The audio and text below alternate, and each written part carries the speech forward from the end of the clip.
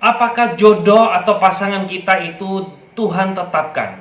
Ataukah sebenarnya manusia harus mencari sendiri, mengusahakannya di dalam kedaulatan dan kehendak Tuhan? Untuk mendapatkan jawabannya, silakan saksikan video saya.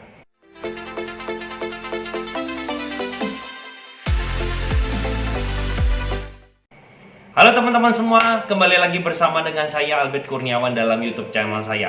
Terima kasih untuk teman-teman yang terus mendukung channel ini yang boleh berkembang. Subscriber saya makin bertambah. Ini bukan karena kehebatan saya, tetapi ada juga dukungan dari teman-teman semua. Thank you semua untuk teman-teman kesediaannya menekan tombol subscribe. Biasakan untuk nonton video ini hingga selesai dan juga baru memberikan komentar di dalam kolom komentar.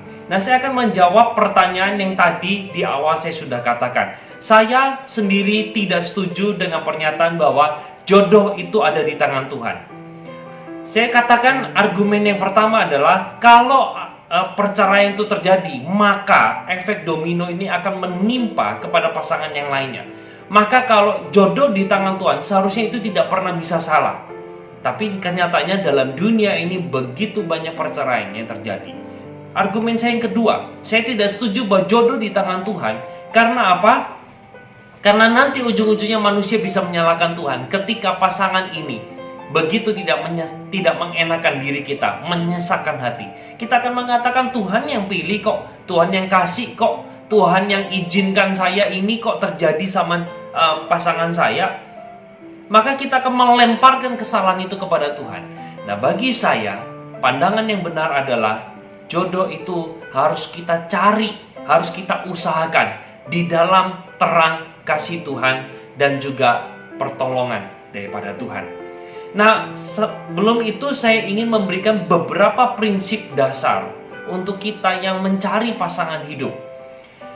Saya memakai ada 3 area yang harus ada di dalam aspek untuk kita mencari pasangan hidup.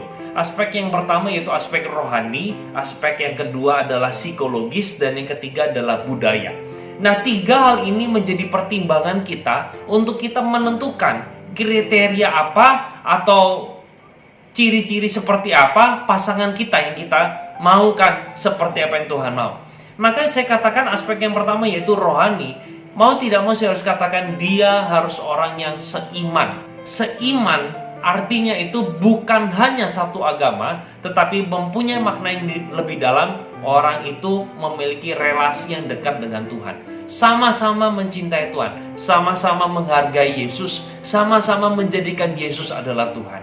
Itu adalah prinsip yang pertama. Prinsip yang kedua dan seterusnya itu dinilai dari segi aspek psikologis dan juga budaya.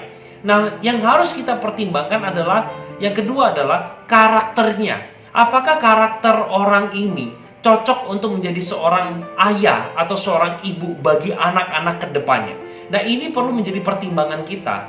Nah, hal ini bisa diketahui dengan cara kita pacaran, kita melihat, kita mengobservasi, kita mengamati apa yang ada dengan pasangan kita. Bagaimana sikap dia terhadap macet, bagaimana sikap dia terhadap waktu, bagaimana sikap dia terhadap uang, bagaimana sikap dia terhadap sesama. Itu kita nilai, dari sana karakter akan terlihat. Hal yang ketiga yang harus kita patut pertimbangkan yaitu background dari keluarga. Saya yakin dan percaya seorang pribadi itu ada karena dia dibentuk oleh seorang papa dan seorang mama. Apa yang dibentuk di sana akan menjadikan saya hari ini.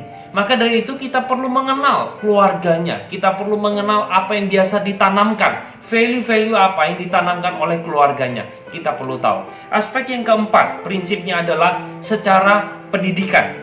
Nah, pendidikan yang jomplang terlalu jauh akan mengakibatkan miskomunikasi banyak terjadi.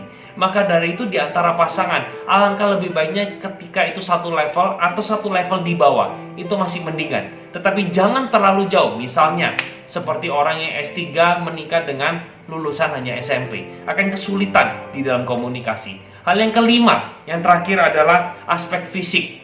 Pertanyaan yang seringkali keluar adalah, boleh nggak menikah dengan orang kalau cowoknya pendek, ceweknya tinggi? Boleh atau nggak? Kalau menikahnya dengan orang perbedaan usia 5 tahun, 10 tahun, boleh apa enggak? Sekali lagi, firman Tuhan tidak atur. Tetapi kita perlu pertimbangan dari aspek budaya dan juga aspek psikologis. Nah, kita perlu pertimbangan kelima hal ini sebelum kita menunjuk atau menetapkan kepadanya kita menikah. Saya rindu video ini boleh memberkati kita. Jika memberkati, silakan share dan bagikan kepada banyak orang. Sampai di sini aja, Tuhan memberkati. Bye-bye.